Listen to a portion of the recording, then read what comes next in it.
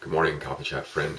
This morning I wanted to talk about our tendency to play games during holiday seasons because we like to get together with friends, family, loved ones, and interact in some way. And sometimes we open up board games that we might have to dust off because we haven't played them since last Christmas holidays.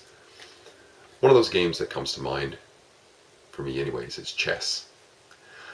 The reason it comes to mind is because I remember playing it as a kid quite a bit, but also because it is a very interesting game in terms of what we can learn about it, its simplicity. I recently just began to think about this and did a little bit of research into the origin of chess. And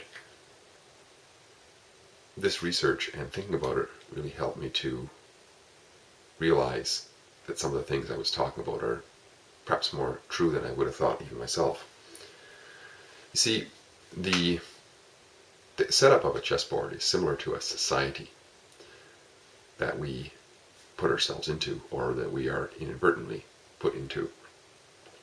If we see, there is a hierarchy, right? It's a structure, and it starts from the center core and moves out. Center core in terms of on one side of the chessboard, on the other side of the chessboard, well, the center is more like back on the, it's not on the front of the war, it's at the rear end, the rear guard, if you will, and the center of the rear guard is where the hierarchy control is. That's the king and the queen, right? And then if you look at it in terms of those chess pieces that go across the back, you see a structure that is very parallel to what goes on today. You have the king and the queen, then you have the bishops, then you have the knights, then you have, what else do you have? Then you have the rooks. Now, these haven't always evolved as such.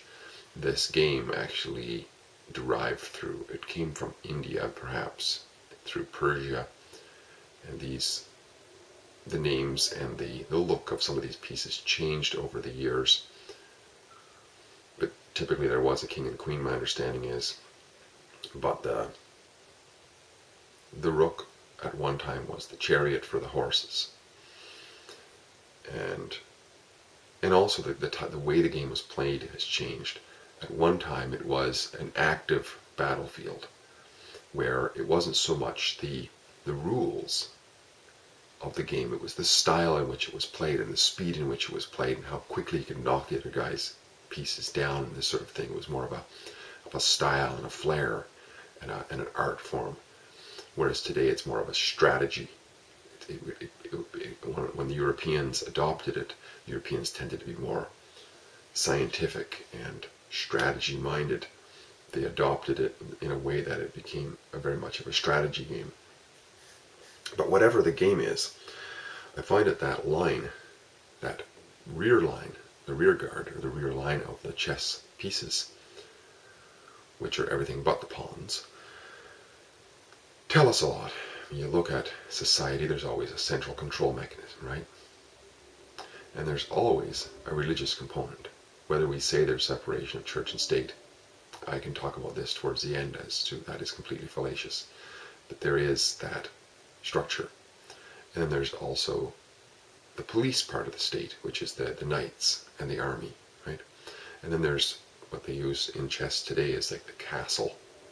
The castle is kind of like the castle walls or the boundary of the territory. So within that territory, there is the control structure, there's the religion of it, there's the policy enforcement of those religious rules, and then there's the boundary. And what's put out as a shield in front of that to protect that whole entity is all the pawns. And the pawns are basically the citizens, or in this case, the foot soldiers. Now, if you look at the pawns, you see an interesting thing. They have, even on the chessboard, they have limited rights, right?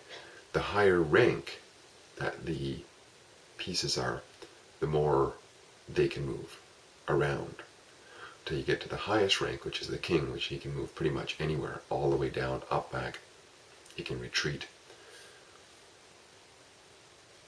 And the pawns, for example, they have limited movements, but also they can never retreat.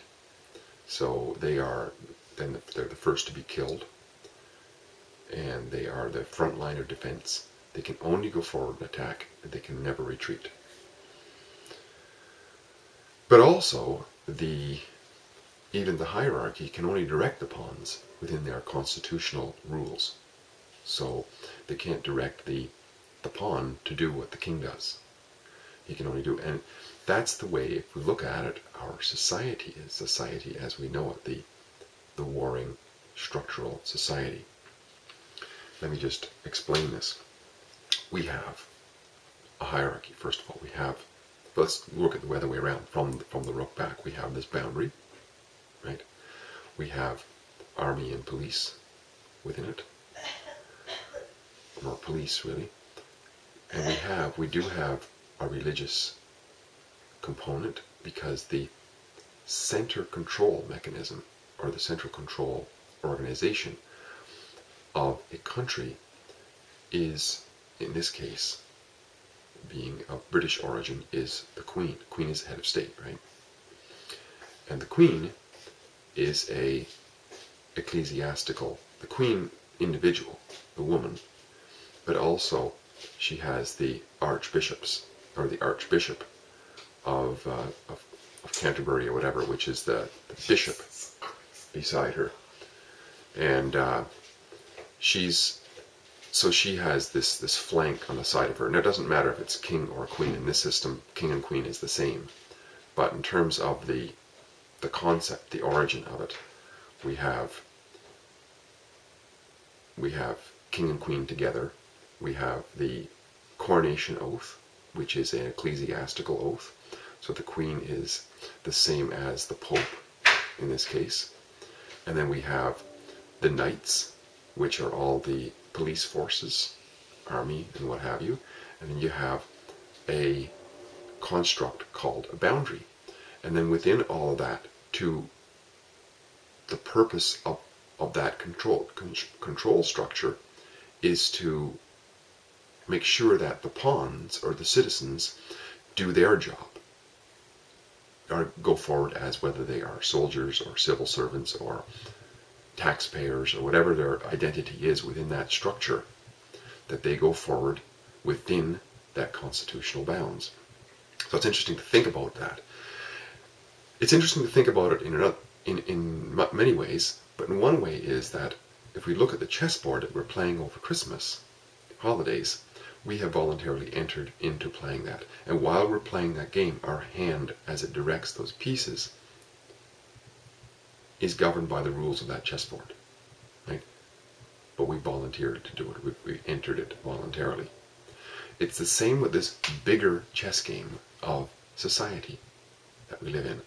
We, individually, volunteer mostly through our lack of knowledge of it, but we nevertheless do enter into these positions of taxpayer, of driver, of citizen, of prime minister, of minister of this, minister of that, of police officer, of nurse, of doctor, of all of these different, but there's just many more. It's a much bigger chessboard, and it's much more real, and there's actually real guns involved. Nevertheless, though, aside from all of that